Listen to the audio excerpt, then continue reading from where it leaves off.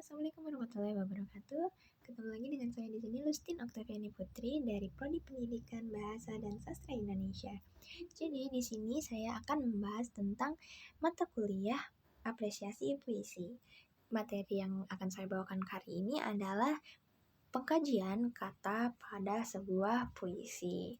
Baik, kita akan langsung saja kepada materi yang akan kita bahas, yaitu ada kosakata, ada detonasi dan konotasi, ada pula cita, faktor-faktor kebahasaan, pemilihan kata, bahasa kiasan, dan juga gaya bahasa serta sarana restorika. Jadi sekitar ada 7 poin bahasan. Jadi kita bahas dulu latar belakang yang melatar belakangi materi ini, yaitu puisi sebagai salah satu jenis sastra yang merupakan pernyataan sastra yang paling inti. Segala unsur seni kesusastraan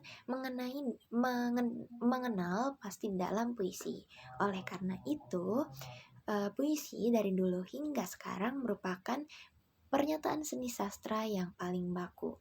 Itu dikemukakan oleh Pradopo pada tahun 1997.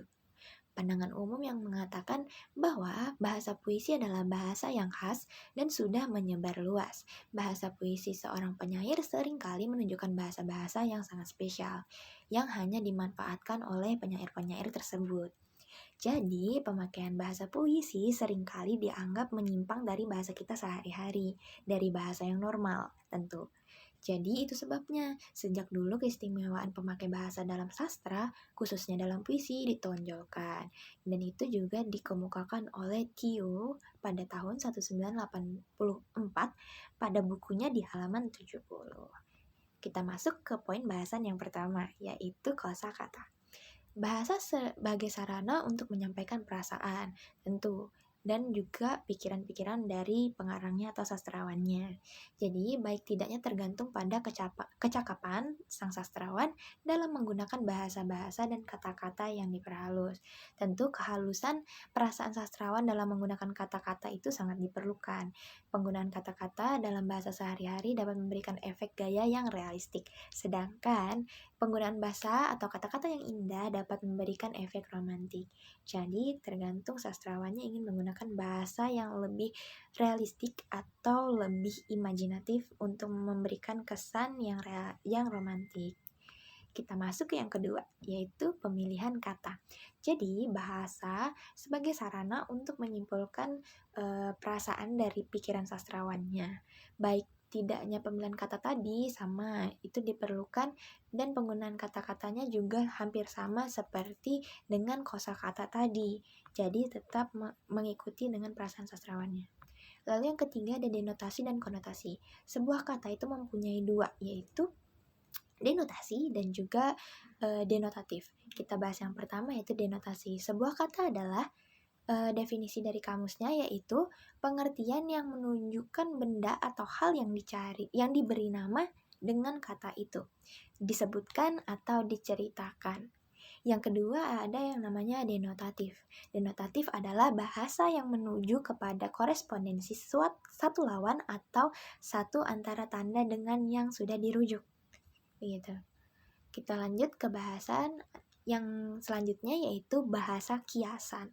Bahasa kiasan juga menjadi unsur kepuitisan yang mengisahkan atau mempersamakan suatu hal dengan hal lain agar gambaran menjadi lebih cerah, lebih jelas, lebih menarik, dan lebih hidup. Bahasa kiasan memiliki bermacam-macam ragam, ataupun juga memiliki suatu hal yang umum, yaitu bahasa-bahasa kiasan.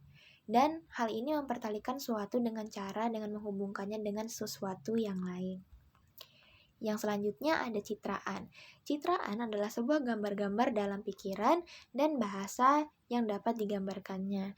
Jadi setiap orang memiliki pikiran tersebut atau citra tadi, dengan gambaran pikiran ini adalah sebuah efek dalam pikiran yang sangat menyerupai gambar yang dihasilkan oleh penangkapan kita terhadap sebuah objek yang dapat dilihat oleh mata, syaraf, penglihatan, dan daerah-daerah otak yang berhubungan.